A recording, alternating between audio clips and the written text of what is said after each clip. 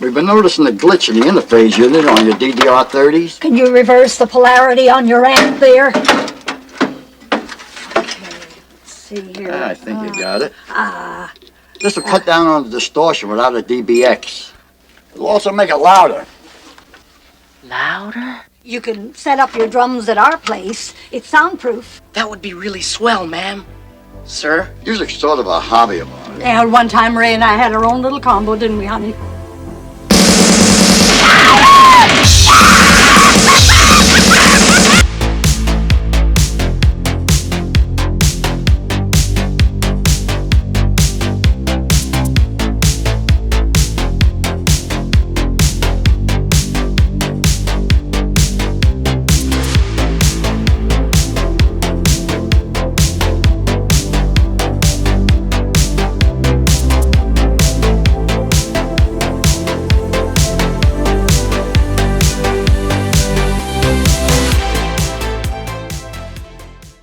This is Tim. This is Jonathan. And welcome to The Average. As the summer sun blazes overhead, we're kicking off the first episode of our summer vacation series. Woo! Picture this. That's hence the get up. Picture this. It's a sweltering July day in the 80s. The air is thick with heat. The smell of sunscreen and barbecue wafts through the air. The sound of cicadas creates a constant hum in the background. There's nothing quite like escaping the scorching heat by stepping into the cool, dark oasis of a movie theater, or settling down in front of the TV with a big bowl of popcorn. Movies have the magical ability to take us back to simpler times and transport us to new, exciting places. This July, we're diving into classic summer flicks like The Great Outdoors, State Park, Weekend at Bernie's, and more. Films that encapsulate the fun, adventure, and sometimes chaos of summer vacations. So grab your sunglasses, sit back, and let's take a nostalgic trip through the ultimate summer movie lineup. Don't forget to send us your reviews and memories. They might just be featured in an upcoming episode or on our social media. So welcome to our first ever summer vacation at The Average. Let's make it one to remember. Okay, forgive my pasty skin. It's haven't gotten out much this summer. That's all good. It's so hot down here. It's been so humid lately, even with the storms recently. Man, like I've been getting a little bit of sun, getting a little color. My eyebrows, you can actually see I have eyebrows now since they're so blonde because of my darkened lobster skin, which is nice. But yeah, all for it, man. We've been getting a lot of rain. The humidity, like northern Indiana, it's not always, it gets humid, but not always, but it has been humid lately. It's been rough. I don't like humidity. It makes me grouchy. Me neither. It sucks. Get all swampy, gross, and sticky, and like I just can't be outside in it. Yeah, exactly. All right, so today we're kicking this off with our least known movie in this lineup. This is a movie that not many people have seen. There's a reason for that, I'm sure. State Park. It's also known as Heavy Metal Summer. Better name for it. Even though the movie isn't really that much about heavy metal, but that's still the better name. So, it's a 1988 Canadian comedy film directed by Carey Feltham and written by James Campbell and Rick Davidson. The film features a cast of quirky characters in a setting that embodies the carefree and rebellious spirit of summer. It centers around a group of teenagers who decide to spend their summer vacation at a state park. However, their fun-filled plans are threatened when they discover that a greedy businessman named Gordon Higgins intends to build a toxic waste dump in the park. How just absurd. I'm going to build a toxic waste. Determined to save their summer retreat, the teens rally together to stop Higgins and his plans. The film is filled with comedic antics, romantic subplots, and the quintessential 80s battle between youthful idealism and corporate greed. So, that's our intro for this film. Not many people have heard of this, is what I've gathered from this. I myself just discovered it last year. Oh, okay. I I thought found you'd it. seen it already before. No, I have no, like not growing up. I discovered it last year on Tubi.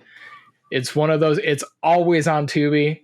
Uh, I yeah, I'll get into my thoughts on it, but it is one that I'm gonna preface this whole episode.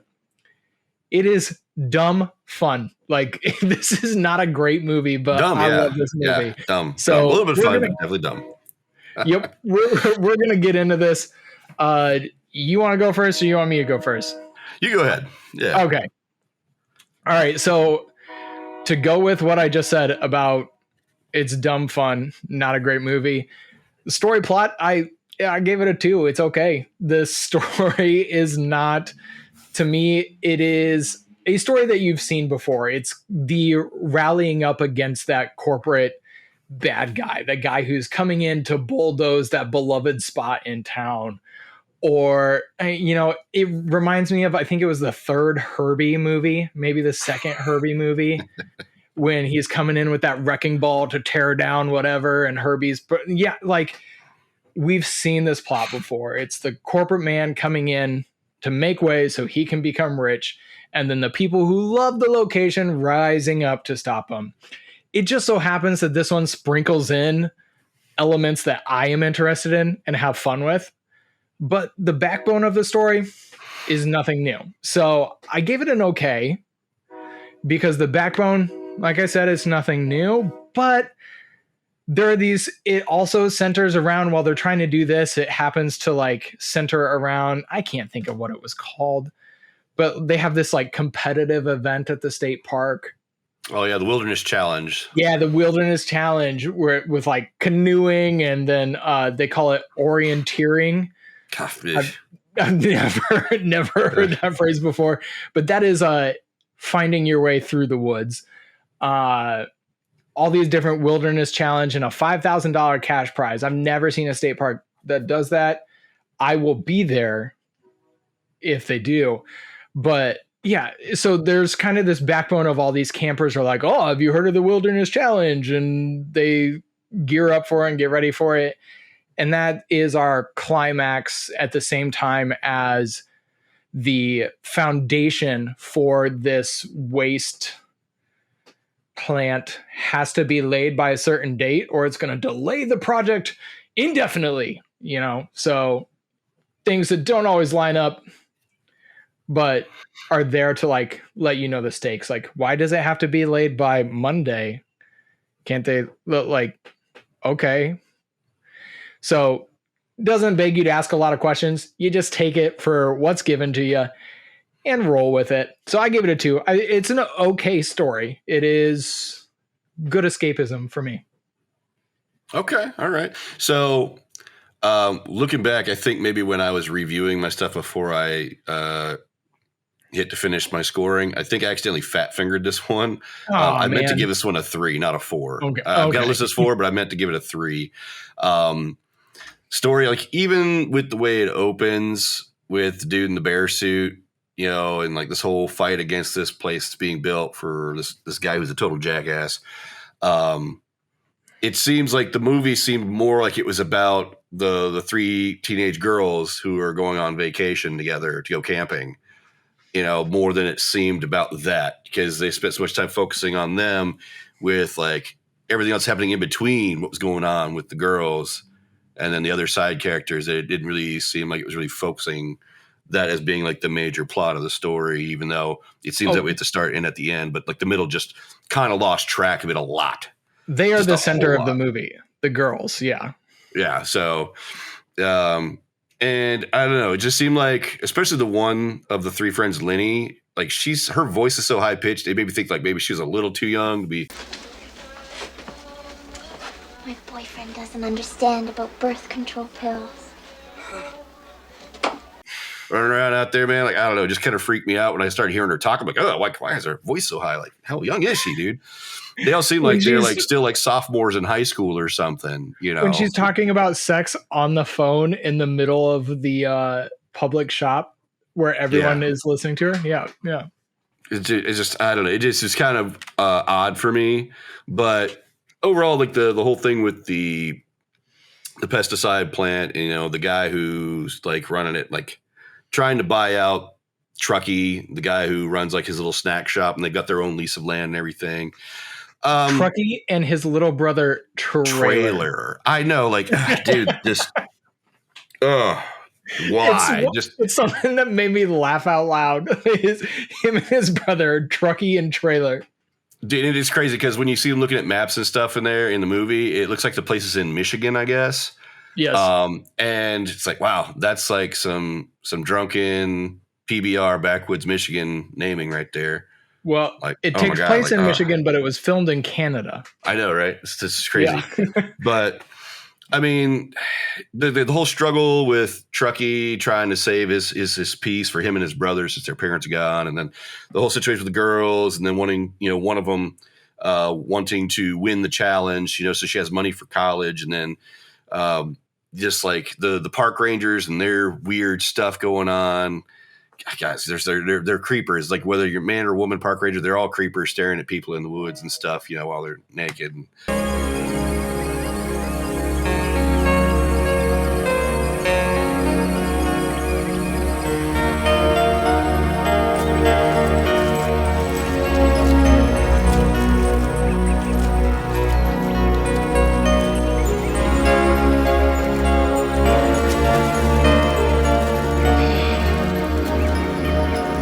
I love this job.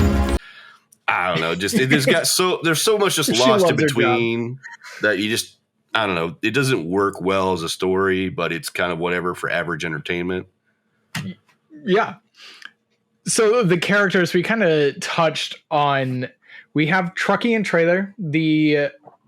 Somehow I don't get it. Like, yeah, their parents are gone, and now this teenage boy and his even younger brother are responsible for the state park. Kind of. Well, no, I think it's they've got their lease that's like part of the land that's next to the park, and so like they're on the water. People go and do festive stuff there. They camp in the actual state park campgrounds, but right next to it is Truckee and his brother, and then the leased land that that they're trying to be taken over by Rentswell, who's such a prick. But yeah, yes. Down the lake there, cut down those trees, level that mountain, and there, pour the concrete.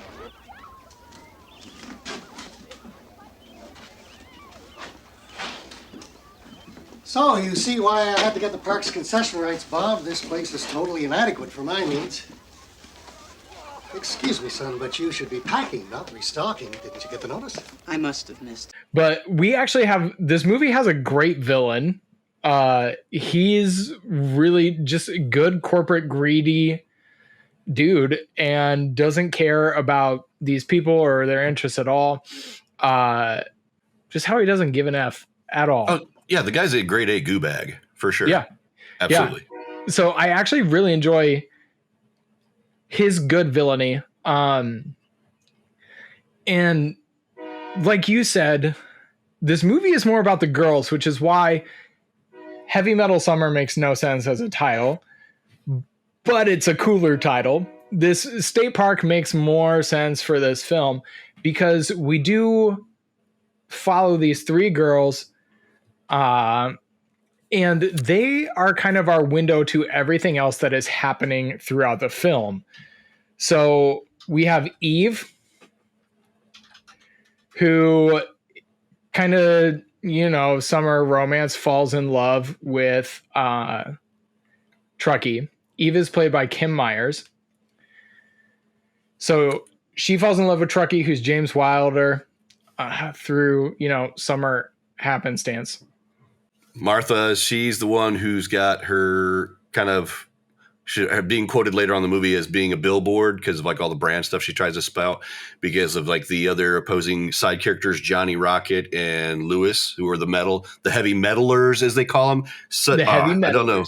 They're heavy metalers. It sounds so gooch, man. I don't know. But so that's Martha. And so she has this journey. I almost think other people in this movie have a more interesting story than Eve. Martha, who is like, while they're waiting in line to get into the park at the very beginning, she sees those heavy metalers pull up and they shouldn't be allowed anywhere. And it's like, Okay, who invited them? Who invited anybody? Hey, there's a music box. Heavy meddlers shouldn't be allowed in the park. They're such... Hi. Racism almost. Like she hates this breed of people so much. High school clicky. Yes, she hates them so much they shouldn't be allowed to exist. By the end of the movie, she's in love with one. Okay, so she learns to break down those walls. We have Linny, who is the one who speaks really high, talks sex, birth control on the phone around kids in the grocery store, who for some reason gives haircuts topless because it turns her on. Oh, no, it went more than that. She was getting down to business with these dudes. Yeah. And Trailer, poor kid, he wants to get some, asked her to cut his hair. By that point, she's like, it just doesn't do it for me like it used to. And she's styling the hair of all these guys the same way. And when her boyfriend shows up later, wow, is that dude a cuck? Wow. Such a cuck. Sees all these other dudes. They see him, hey, I think his name was like Ricky or something. But they were all like, hey, like they're his buddies and they've all got the same hairstyle. And he's like, oh. And she's like, well, it's not the same without love and then it's okay. And like, dude. What? Yeah. Stupid kids. And apparently, like, the scene of her topless sunbathing and Trailer watching from the store, like, it's definitely, he is like 14. Right. But we have, so each of these three girls kind of interacts with all of these side characters that we're also following. So we're following the heavy meddlers, and Martha is our door connecting the heavy meddlers to these girls. And then we have Eve, who's connecting Truckee and her brother to these girls. And then we have Linny, who's just kind of connecting all the other random men because they're drawn to her for some reason. The two like Swedish guys who are there to just be dumb. And yeah, it's actually man and woman. Is it? Wait, yeah. Jane Doe. No, you're talking about the ones who show up for the challenge. I'm talking about the two bros who... the goofy guys. Okay, they're like an early version of Harry and Lloyd from Dumb and Dumber. Nice boat. Thanks. We were wondering what it's like on the other side of the lake.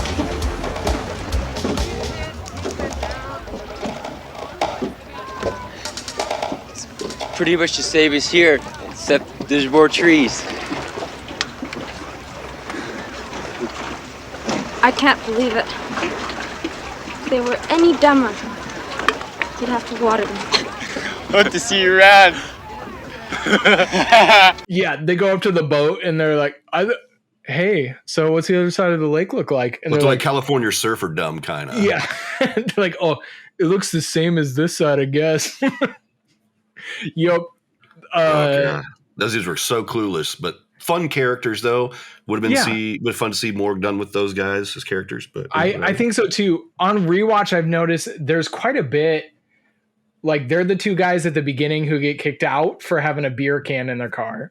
I get a crushed old beer can that's empty, man. Crushed old beer can. They get kicked out by the overzealous park ranger. Smite. They get kicked out. Somehow they come back. They're there at the end. They're doing the challenge. Like they're there throughout just for comedic relief. But there's quite a bit of character and story in this film. It's almost okay. Too character heavy-ish story-wise. Yes, this is a flaw. Leads that lead to nowhere. Flaw and a plus for me. Okay, so it's why we're kicking off this summer vacation series with it. It's a vacation movie, and I do feel like this movie I have dropped into the middle of 8 people's vacations. I don't know a lot of what brought them here. I don't know a lot of what happens after this. I don't really need to, but for this moment, they all come together somehow, are connected in some way through these events, and participate in that wilderness challenge and attempt to stop Racewell, yeah. Ranswell, the corporate man from building his thing. And so that is one thing that it's a plus for me and a negative, because there's not a super coherent storyline or character arc, but they're there. It's just that grand total of screen time, there's like 10 minutes of character arc for this one, 10 minutes for this one. It was a long movie. It's an hour and a half. Yeah. And it just goes by quick. And you kind of have certain characters you like more than others, certain storylines you like more than others. Like, I happen to love the Heavy Metalers storyline because it's such a caricature. Like, it's cartoonish in nature. And I think it's fun. It's dumb. It's fun. But I gave it a 3 because there are those little, like, Martha is just one example of these people enter this vacation with a certain mindset and leave it with a different mindset. And that happens for multiple characters. So I give it's a good character arcs. There's too many characters. Yeah. So I can get with that. Yeah. So I went with a 4 on character because of like the so many different stories and like the sense of journey that they each go through. Kim, she's the one to do the challenge so she can win $5,000 for scholarship, money, or for school money for college, because her parents are bankrupt. So she gets involved with Truckee so she can learn the whole orienteering thing so she can try and win, but ends up finding romance and some bit of a cause to try and fight for, kind of a situation. And then Lenny, she's, kind of sowing her oats, as it were, seeing what's what out in the field. And then ultimately when she wins the race, she gives the money to Eve. Lenny won the $5,000 scholarship. That's great. Lenny, this is made out to me. Lenny, I can't take this. Sure you can. We're the Three Musketeers, remember? So that she can use it for school. So it's like more bonding, with them and between that situation. And then Martha, and her whole thing with Johnny Rocket, and her, like you said, taking down that whole facade and then falling in love with him and like finding her own style is pretty cool. But then Johnny Rocket and Lewis, their whole thing was to go to L.A. and get the ultimate super group together, and then decide to stop to try and win this money so they can get super gear, right? But with Johnny Rocket and Martha, that's one thing. But Lewis, like, he's got this whole weird thing where he's scared of old people, and there's no direction on why that is or how he gets over it, aside from, Ray and Ethel next door, these super nice old folks coming over and be like, oh, here, let us help fix your electronic drums so they're better and there's no distortion. And they're like, he's like, what? You're really cool people and you want to help me? Okay. It's just kind of an odd setup. Well, and for 30 seconds, for not even 30 seconds, for like 5 seconds in that scene, you think they're there to like torture him. Just the way it seems like it, like they're about to give him a real stern talking to or something, like you young people, but totally blows your mind. That's not what it is. It's not what it is. But I will admit, the first time I watched it, that took me by complete surprise. Yeah, I was like, "What? I did not expect that at all." Well, but then, there's a second twist that I'm gonna wait for the music to include that second twist. But this couple, the special appearance. Yeah, this couple has more tricks up their sleeve than just the one appearance. So yeah, like, and then them getting together, Ray and his lady playing with Johnny and Lewis and everything, and then Martha being up there singing too, and them getting that feel of having that super group that they were looking for, kind of thing. So that's a bit of an arc there, for just in that set, and that set, and that set, and then trailer with how much he's trying so hard to get Lenny's attention so he can get some. And then finally, like, after all his pursuits, sitting there by himself, and the girl comes up and she's like, "I like your haircut," and him like being like, "Oh ho ho, there's hope." Oh, it's adorable. It's like, oh, dude's finally gonna get him a lady. All right, good for you, trailer. Way to go, guy. So it's like it's every different set's got their own little arc, and even Ranswell being taken down after all his BS and his little covert competitors, Jane Doe and John Smith, who apparently have a bad history from some kind of a gladiator show or something where they got kicked off, and then they ultimately get their just desserts, by being hung up in a net in a trap where it says not trespass. Yeah. It's cool. There's just like so many different little things. But it's very busy. It's very, very busy. Very busy. There's never, that's one of the pluses. Like I said, one of the things I like about this movie is feeling like we're in the middle of a busy vacation time, because there's never a down moment. There's never a moment where chaos isn't going on somewhere with some group. But I can definitely get why there's like the narrative is spread out a little thin because there's so much going on. Yeah. But I love them all. Each time I watch it, I pick up different pieces of people's story and how we got there. Like the two goofy surfer guys, I picked up more on them my third watch than I did the first time. And I pick up a little bit more every time.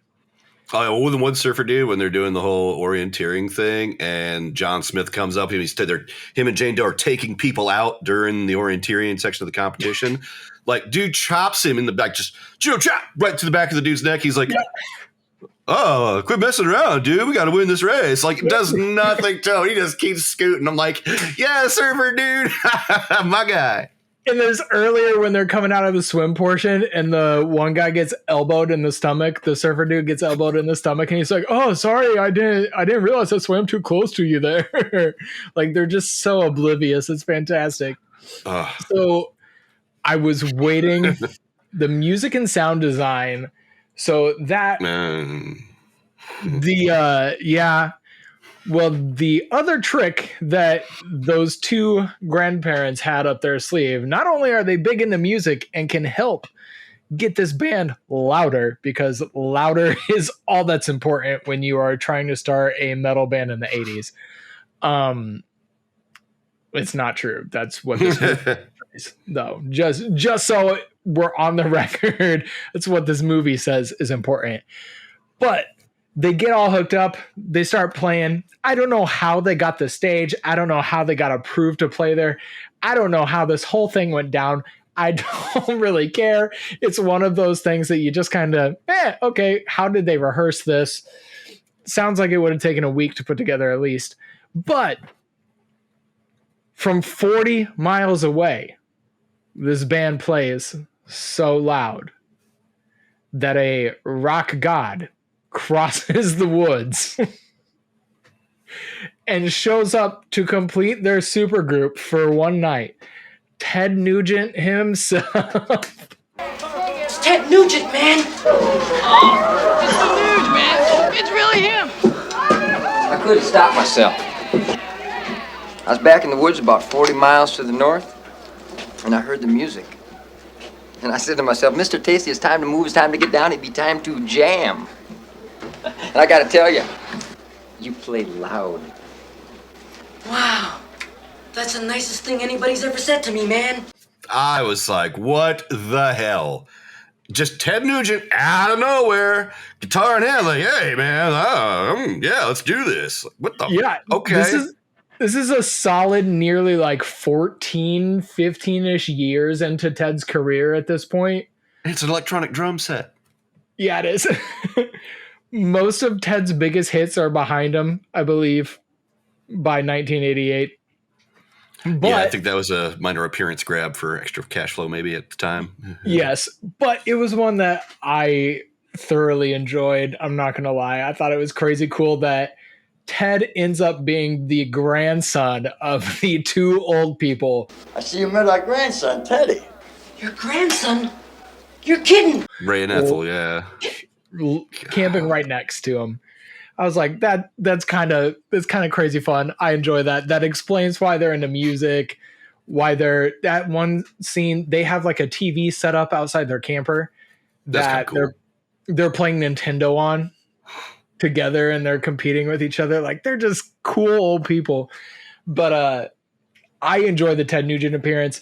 I haven't really listened to much of his music, but I know his name. He is a name in rock and roll from 70s and 80s. So he actually did a lot of songs for the movie. So that is where I give the music and sound a 3.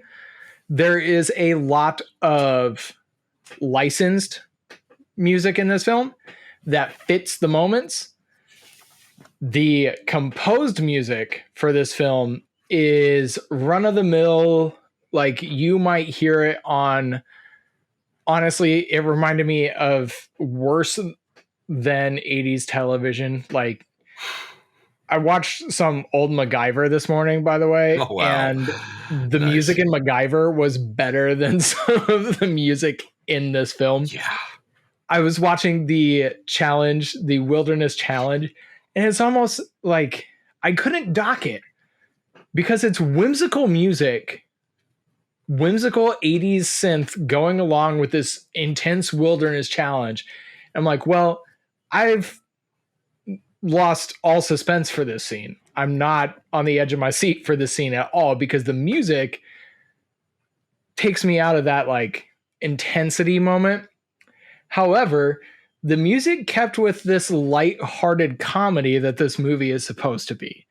So I juggled. I was like, it's not great, but I didn't think it was bad. So that's where the composed music might have gotten an okay for me. But the list of decent, I thought they're decent tracks that fit.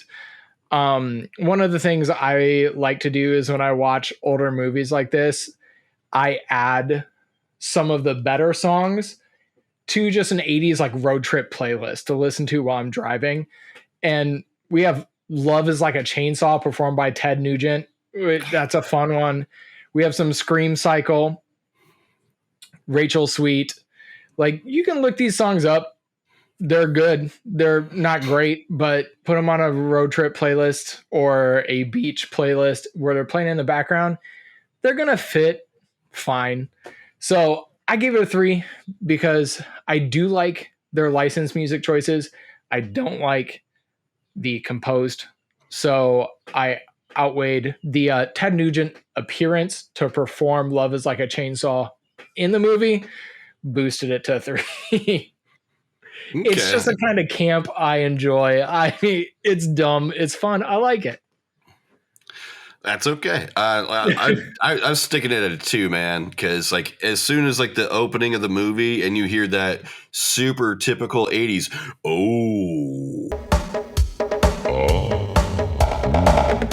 kind of deep thing, I'm like, no, shut it up, change State it. Park. State Park. Oh, yeah. Like,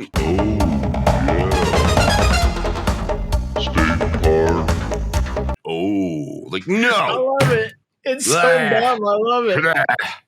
I heard that was just like this. No. And then it just kind of continued with that same kind of stuff throughout a lot of the movie. And then like some of the other licensed music kind of drowned out. But the whole, was it Chainsaw My Heart or something? What was it? Yeah, Love is Like a Chainsaw. Love is Like a Chainsaw. Just, dude, that's an awful song. I just was like, this is just blah. And then Ted Nugent starts to sing it, and it didn't sound, it just kind of made it worse almost. I mean, don't get me wrong. Ted Nugent is an amazing performer. My dad is such a huge fan of his, and he's got some good songs. He does have some badass songs, but hearing that was like, this just, was not cool with it, man. And the rest of it just kind of drowned out and was just campy, cheesy, blah, blah, blah, blah, blah, blah, blah, blah, blah. So yeah, 2, F you, that's what you get. I think it's just being generous because Ted made an appearance. I don't know. Yep. That's fair. I'm like, this is the kind of camp that I enjoy. So I'm a little bit biased a little bit on it. Like, I'm not saying you're wrong at all. No, I agree. That's all it is. I'm just here for it. So the editing and special effects is there's nothing special. There's 0 special effects in the film. The one special effect I saw is when the infiltrating people to win Jane Doe and John Smith. Yeah, what? Jane Doe and John Smith. John Smith.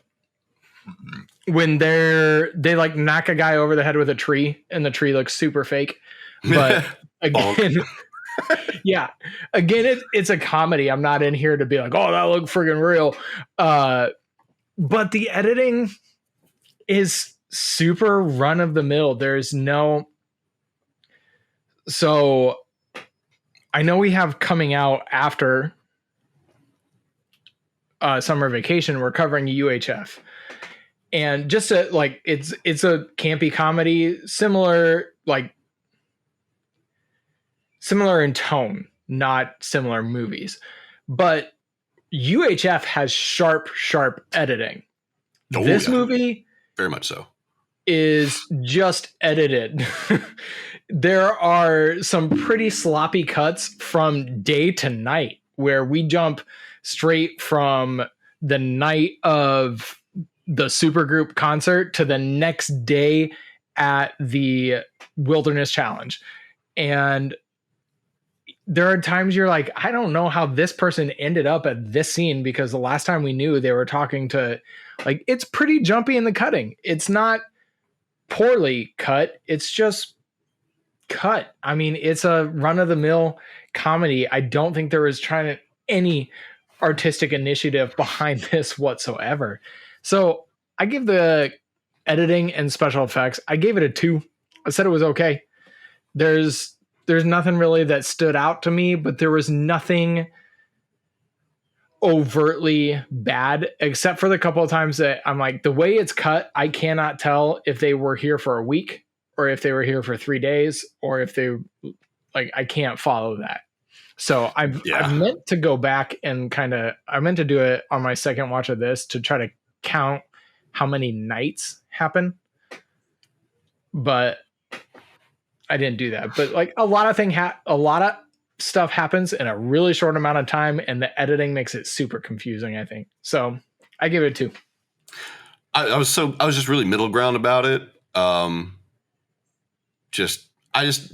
things, like the way it was cut towards the end, didn't make sense to me. I think it would have been better if they had done the whole Wilderness Challenge thing and then done the party after to kind of end the movie as like the celebration, as a high note to end the film. You know, I was thinking the same thing. I think that would have been way better overall for it. But the rest of it, just meh. It's okay. Yeah. Inoffensive. Yeah, there's nothing really saying about special effects aside from like that fake tree, some net action catching you off, and it's the what is it, the toxic goo when like it gets exposed to everybody, it opens up, boom, and some of it like flies out and hits people, and like nobody panics. Like, really, they got toxic waste on them. Like, you don't see anything like maybe would happen to Ranswell from having that all over him and smite the park ranger who had his head stuck up Ranswell's ass. Yes. You know, that dude had it all over him. I would like to see something like, shit, give me some medical emergency, save me. That would have been cool too, I think. Yeah. You know, that could have been a chance for some good special effects in there. Although the whole thing where Lewis takes that big giant chunk of like whatever animal meat, he doesn't know what it is, and tries to like grill it and lights it on fire, everyone freaks out and, oh my gosh, and puts it out. That was kind of fun. I don't think they knew for sure. These hunters were running out of the woods, and they just gave it to me, man. Sometimes people can be so damn wonderful. His story, I actually really like his story behind that. Yeah, man, I just saw these people running through the woods, and they just gave me this meat. They're not even sure what it came from, but they handed it to me, so I'm gonna cook it right now. And the other guy's like, "Yeah, I'm not eating that." Johnny Rocket's like, "No, bro, no." Yeah, I enjoyed that. So let's go into the script then. So the script, it's one that, okay, so typically I like to say our review should be an initial watch kind of thing. I would have given this a much harsher score on initial watch. On repeated watches, I've started to think the script is actually pretty good. It's not great by any stretch of the means. However, on repeated watches, I'm like, man, it's a comedy. Okay. I don't like comedies, period, to begin with. Usually it has to hit me just right. There has to be certain things in the movie that draw me in. This movie has those things, from the summer camp setting to the heavy metal characters to this villain to this like mystery of who the bear costume person is. Like, It's not a big mystery, but No, not at there's all. enough in Not there. really.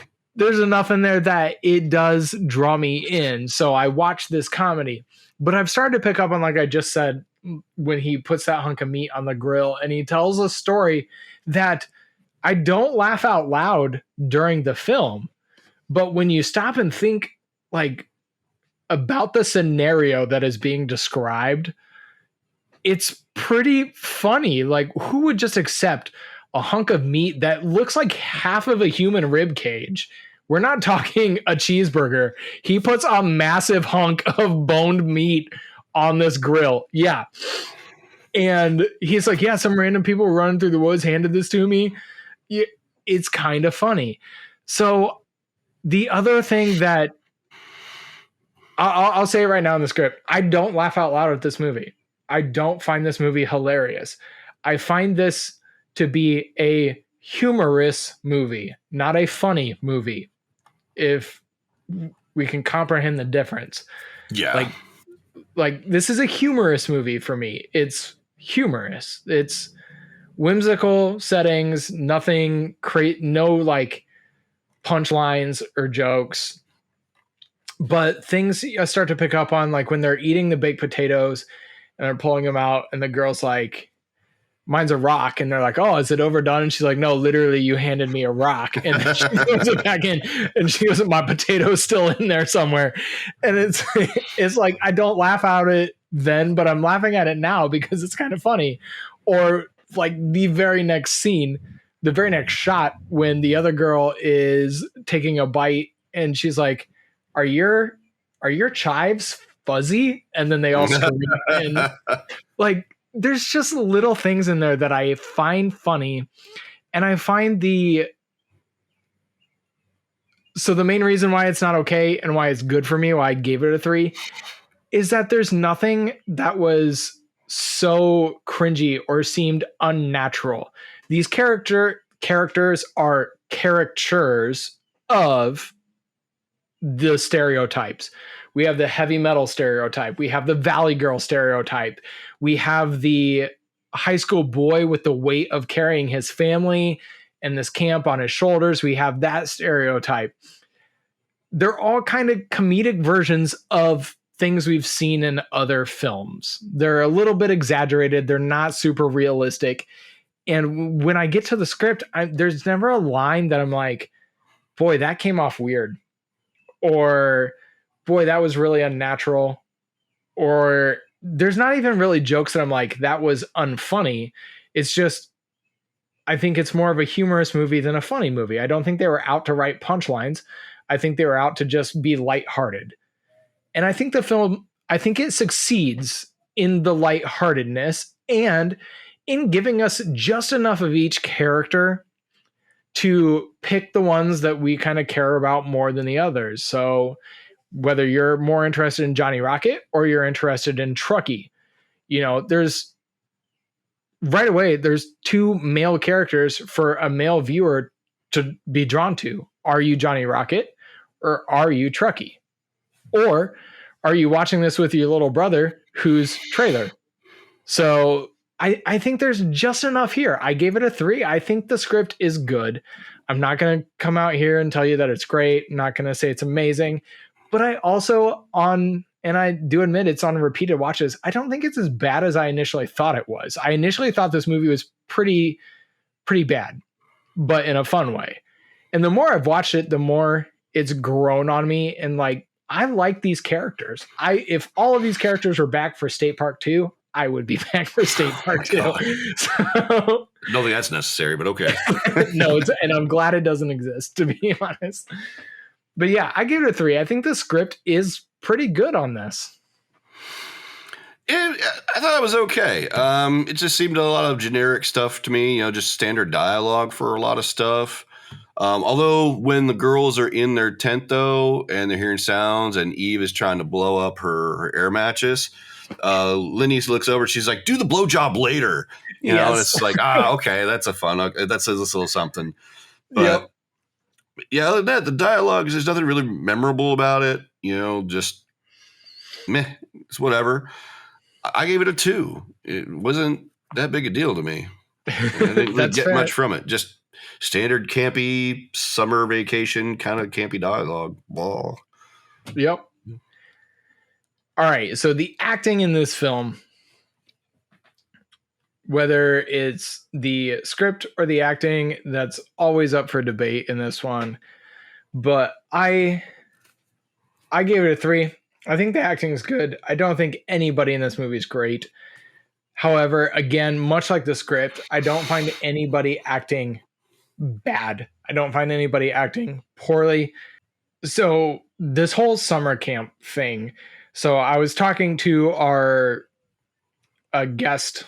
regular guest of ours, who you will see on some more of these summer vacation episodes, Ivy Tholen, who typically horror is the genre you associate her with. But I was talking to her about summer camp was such a part of me growing up that's what I love about movies like The Burning and Friday the 13th. And that's what I love about this film is that summer camp setting reminds me of 20 years ago, being 13 and going to summer camp. And nothing in this movie is worse than anything I've seen in The Burning, is worse than anything I've seen in any of the Friday the 13th movies. In fact, some of those are probably significantly worse on the acting scale than this film. Is it great? No, it is not great acting. But I tend to be more forgiving when it comes to comedy movies because I don't know if it's bad acting or if they're acting that way to be funny. And maybe that's my fault. Maybe a good comedy would have good acting, and I would know. But it was inoffensive to me in a good way, so I leaned to a 3 for the acting. Okay. Yeah, I mean, I went with a 2 on it because some of it was so cheesy and some of it was so over top. I mean, maybe that was the point, but it didn't really do much for me. Like that one guy, Smite, that park ranger who is stuck up Ranswell's ass and is such a little bitch boy for him. I think it's he's like, dude, you work for the park. You don't work for this guy who's buying land next to the park just because he sponsors a race. Like, dude, get your shit together, bro. Like, come on. When he comes outside and sees the writing on the side of his truck and then just sees 3 girls, and I appreciate that the movie connects that the people are called, they go by name. Never mind. It's not important. They go by name. These people who are trying to save the park. And this girl has the name on the back of her shirt. So the guy sees the writing on the side of his truck. He's like, oh, who could do this? And then immediately sees those girls and starts blowing his whistle and runs over to them. And, who did this? Yeah, it's like, bro, calm down. You're screaming at teenage girls, bro. He's so ridiculous and campy. And yeah, he actually was the one when I was thinking about, like, is he bad? No, I think he's just dumb. I think he's this Gomer Pyle summer camp, or like camp goofiness. And I'm okay with it. And I know why some people wouldn't be, but I'm okay with it. I'm actually, it's great though that he is such a dumb, goofy character that he busted Ranswell out and exposed him unintentionally by messing with the truck. It fits. It fits. Yeah. The rest of the acting was okay. I mean, it's whatever. It didn't really stand out in any particular way. Everyone's doing their thing and just kind of sticking to their what's the word? What you called like the heavy metalers, and then the Valley Girls. Like the word I'm trying to think, I can't get it in my mind. The stereotypes. Yeah. Stereotypes. That's what I'm saying. We got there. The train's back on the track, baby. Okay. But yeah, so yeah, they stick to their stereotypes for the most part. But yeah, it just didn't really care. So yeah, 2's pretty whatever for me. Meh. All right. So the direction of this movie, I think this movie is directed super average. I mean, there is no particular flair to this film whatsoever. From being able to juggle comedic timing, I don't really see that here. There are a couple that might be clever, but they're in no way what we'll discuss in UHF with Weird Al later.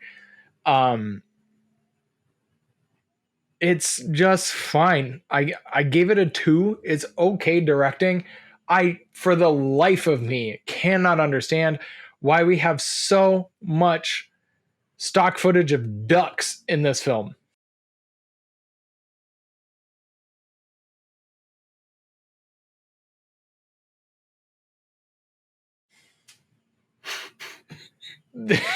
Wildlife. Look at the wildlife. They're in a state park. Look at the wildlife. Like, don't just be some park ranger lady staring at a dude who's butt naked jumping into a pond.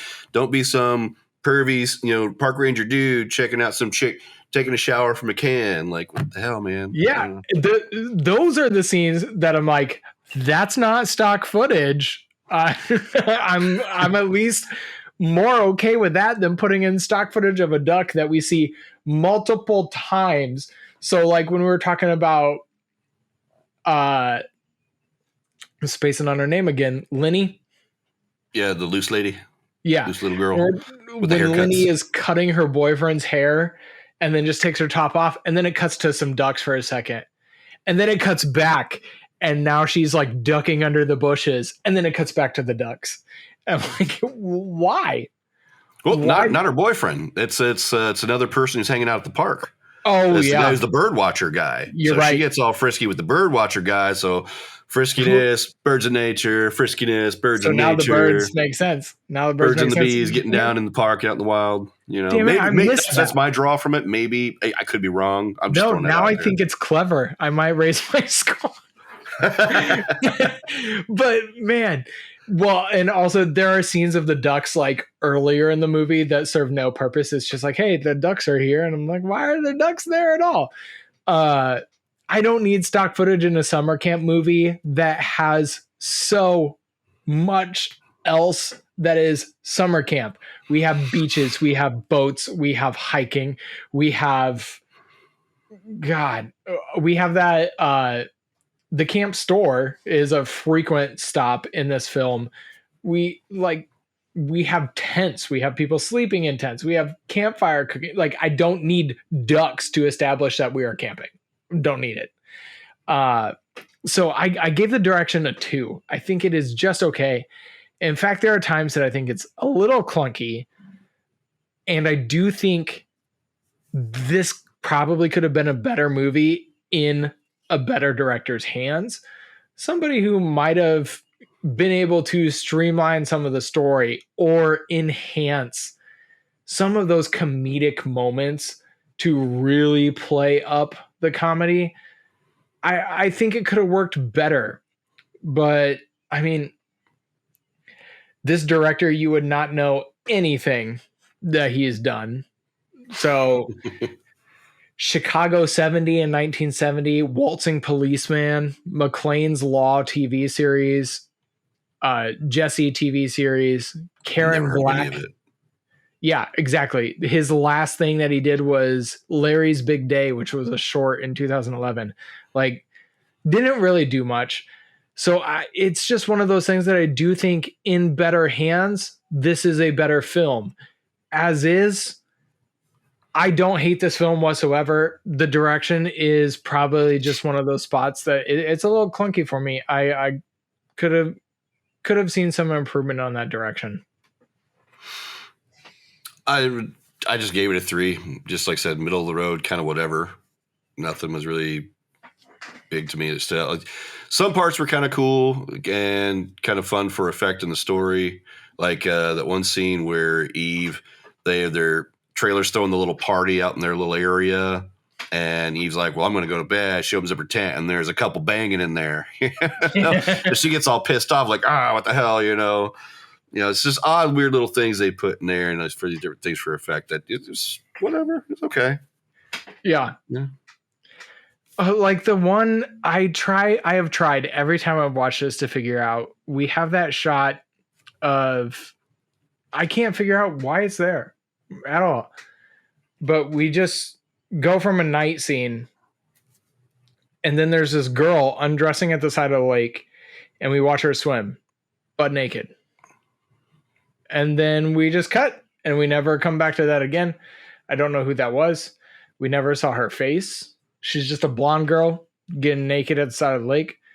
And then we see some more ducks, and then we see her swim, and then we see some more ducks, and then we cut to something else. And I'm like, why was that there other than for the nudity factor to get an R rating? Yeah, it was kind of weak because like there was the girl, jumping into the pond or the lake. There was the guy doing the same thing. At when least the lady that time park we ranger's got- watching him. Yeah, at least that time we got the park ranger. It was kind of useless. There was no real point to it. It really served no purpose other than to show a little something for the guys, a little something for the ladies, for that kind of draw by itself. And it's just, it was weak, dude. Like they didn't need any of that. No, it didn't. It's pointless nudity for almost trying to push this into a sex comedy when it's not. Like the sex comedy portions of it feel more forced than anything. But I do, like you mentioned, I do give it credit for being pretty equal on male-female nudity. We get a lot of male butts in this film. So there's some booty rocking around there, but not it's all not for me. just Nope. not just girl butts. So it's pretty equal there. All right, so the it factor for this. Okay. You go first on that. You go first on that it factor.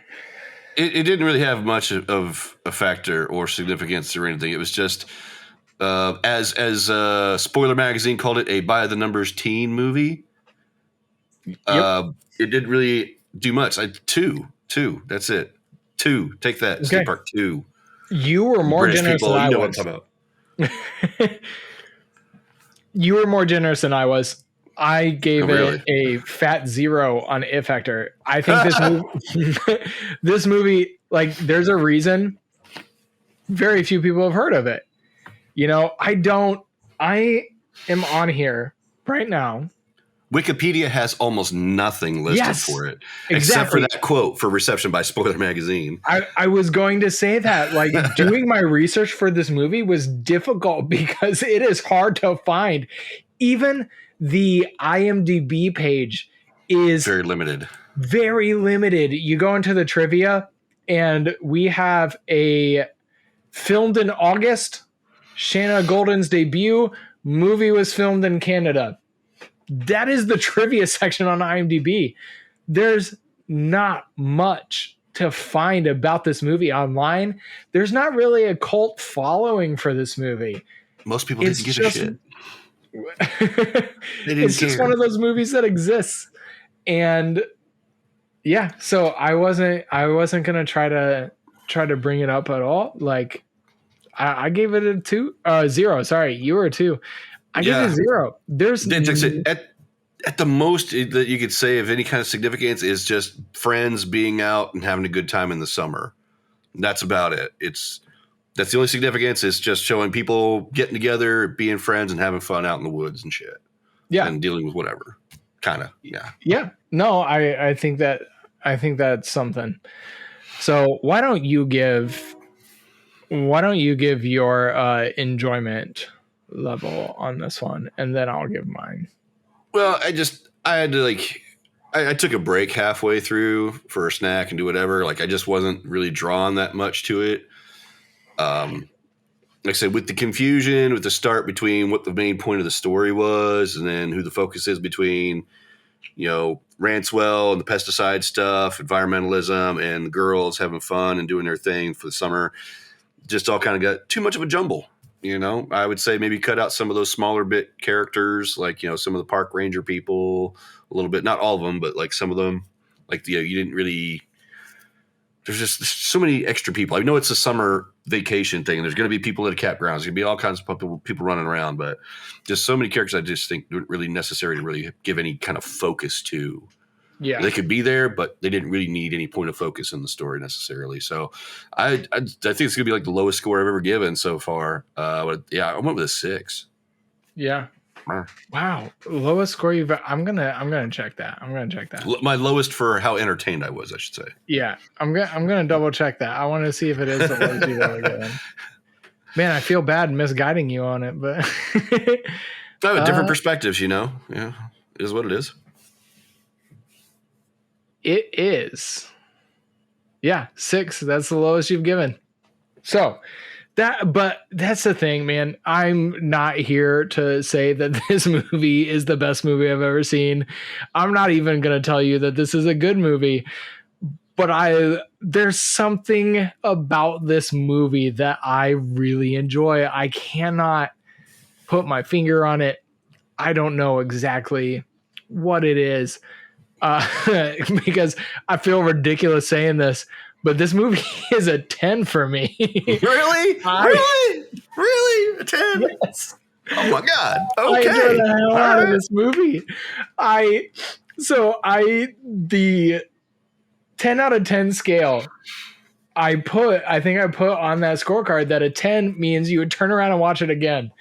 I finished this movie and I turned around and started it again. I was like, let's do it. I want to go back to that waiting in line to get into the state park when everybody's lined up and we set the scene. It is so dumb. It is so fun for me. And I don't think I could tell you anything deeper than that. Like, it is dumb, but it is the right kind of dumb that I don't feel like I've wasted my time. It is the right kind of dumb that it makes me want to go camping in the past. And it makes me want to go camping now. I watch this movie and I'm like, man, I want that. I want to go to that state park. I want to meet people at a random thrown together rock concert where an old lady's waving a chainsaw. What the hell, man? It's so good.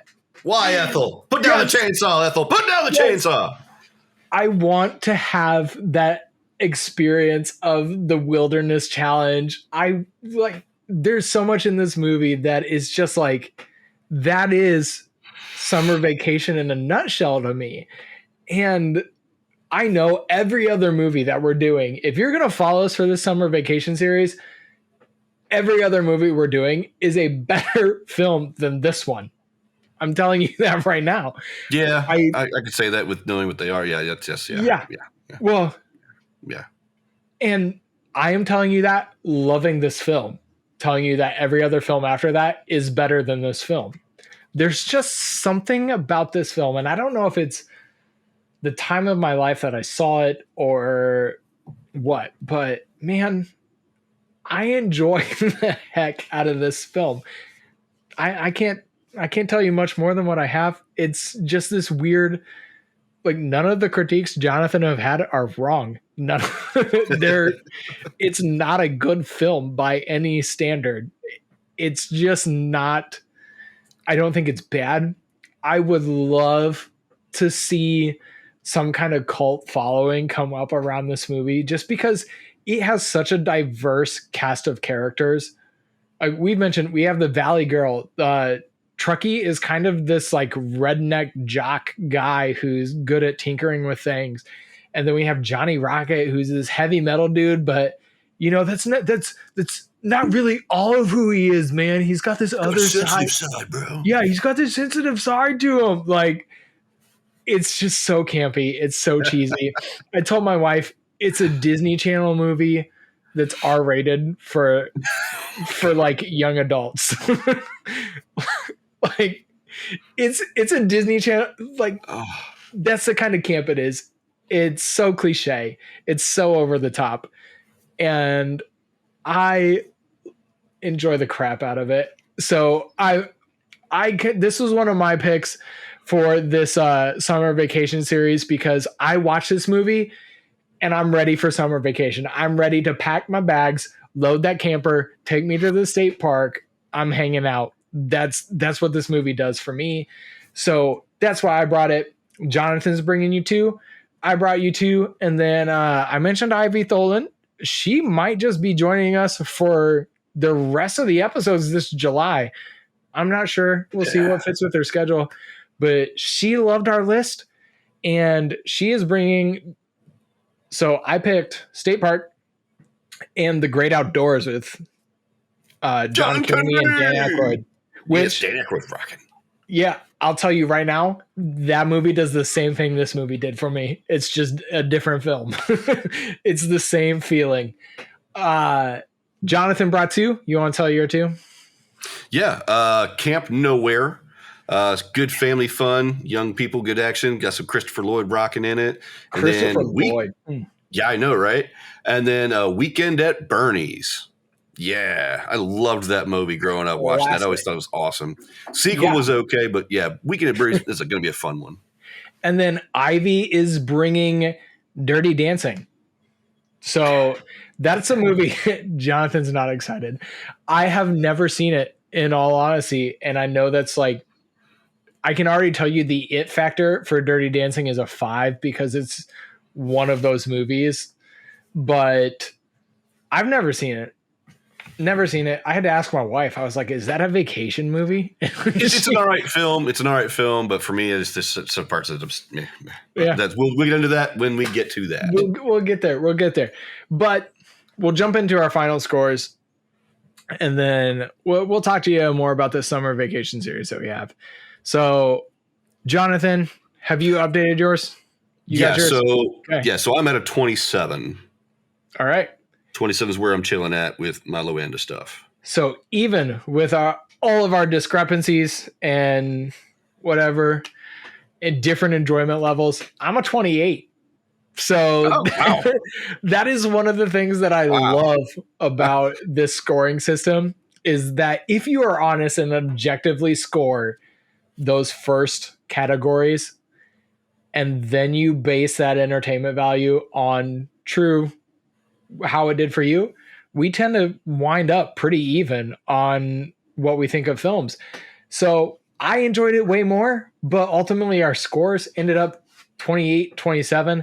It's probably going to round it. Like that's going to be 27 and a half, which that is right between 2.5 stars and 3.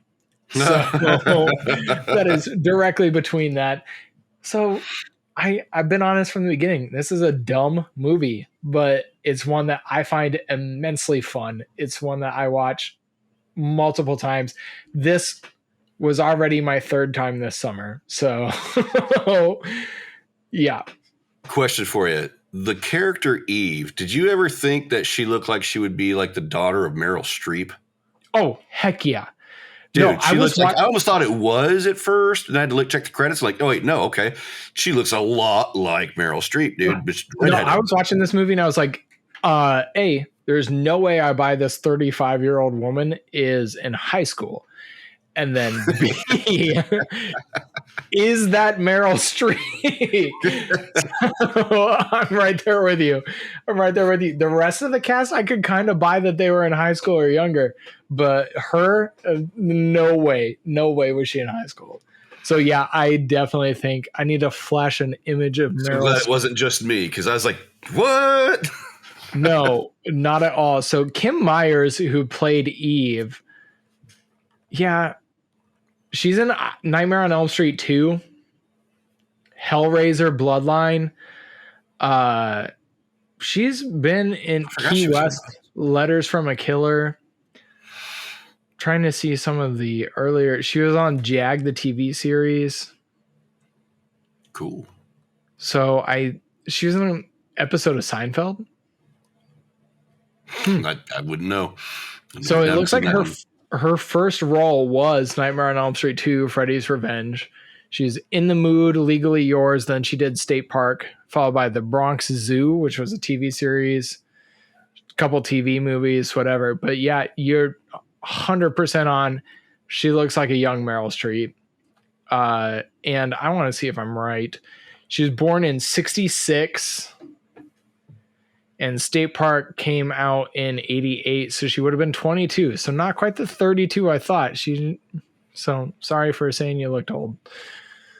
Oh, she looked good in the movie, but it's just saying, I was like, with Meryl? No way. What? Yeah, no, she definitely does. Watch the movie and tell us if you think she looks like Meryl Streep. So very similar on our final scores. So talk a little bit. We've never done summer vacation before. So Jonathan and I have been recording a ton of content that you guys haven't seen yet. So we're doing our every other week format. Part of that every other week format is so that we can do our end of season finale. We're getting that stuff recorded and put out of the way, getting that edited so that the finale of 13 episodes leading up to Halloween is ready to go. So that's why we do the every other week format. But with that being said, we've still got quite a bit of content that's in the backlogs. So we're going to be doing this summer vacation the whole month of July. Weekly episodes every Monday. There are 5 Mondays in July. So we have this week. This week, obviously, we're doing State Park. And then next week, we're going to have Ivy Tholen here with Dirty Dancing. We have Camp Nowhere coming up. We have The Great Outdoors. And then we have Weekend with Bernie's. That's going to be every Monday, 8 a.m. Catch it. Knowing the movies ahead of time, if you love that movie, send us that score. We've gotten a couple scores. I try to get them up on Instagram when I can. The more scores we get, the better, because the average should not just reflect what Jonathan and I talked about here. We want to hear from you. We want to hear your thoughts. So the ad for this film went up on May 29th, or the ad for this series went up on May 29th. So you have time to catch this. If you didn't, State Park is streaming on Tubi like year round because it's not that great of a movie, but it's always on Tubi. So catch it. Send us your scores. Are you with me on It's a Ton of Fun, but it's not great? Are you with Jonathan on it's okay? Or where are you? Let us know. And then let us know where you fall on the others, because from what I've heard on the feedback, the rest of what we have for this summer vacation series is what many people just consider vacation classics. Would you agree on that on the list? Absolutely. It's with the exception of State Park, because not a lot. I don't know anybody who knows that. Yep, but for the rest of the films in the series we're doing, those were more well-known films by far. There should be a lot of opinion and good reception on those films. And definitely we want you to participate. So give us that feedback. Be part of the system, not in the system, but be part of the average, join us and let's see what you guys think too. Lay it on us. It's more fun for everyone involved when you get your scores flashed up there. You get them soon enough, I can put them in while I'm editing. So get them in there. So yeah, we have 4th of July coming up. This is coming out July 1st. So just a couple of days to 4th of July. So I love America. Love what America lets us do. Pouring out for America. Watch those fireworks. Have fun with family and or friends. And enjoy that 4th of July. With lots of grilled meats and flashy fireworks. Yeah. Yes, sir. Give me all the grilled meats. And we will see you. That is a total of 2 days after this release. So enjoy that 4th of July. And we will see you on Monday with probably the most well-known movie we have ever talked about. And it's already a divisive one. Dirty Dancing. We'll see you next Monday with Dirty Dancing and special guest Ivy Tholen. So, Jonathan, any last words? Make sure to check us out on Facebook. Check us out on Instagram. We're on platforms, Apple, Spotify, Threads. All that stuff. Yep, I got us on Threads. Yeah. We have Threads, baby. If you want, check out my stuff on my YouTube channel. Just my name, Jonathan Cusick. Or you go to Facebook, check out JQ Tunes if you want to see some singy song stuff. And if you want a place to find these videos as well, check it out. Give us a follow. Give me some feedback on my stuff too. I'm down. Bring it. Love it. I wish I could sing like Jonathan. I can't sing. I can't. There's a line from an old movie, like I couldn't carry a tune in a plastic bag. Like, yeah, I couldn't. Also, I was thinking, when you submit your scores, provide a valid Instagram tag and we'll tag you in those to get them out. So I've gotten a couple people who have submitted scores, submitted comments, but no tags. I'm not going to put your email out there for the world to see, but put that tag in there if you want tagged. I'll get you out there so that you are part of the average with the rest of us. So that's all I have. Super excited to be doing this summer vacation series with you. Stay cool. Enjoy 4th of July. Peace.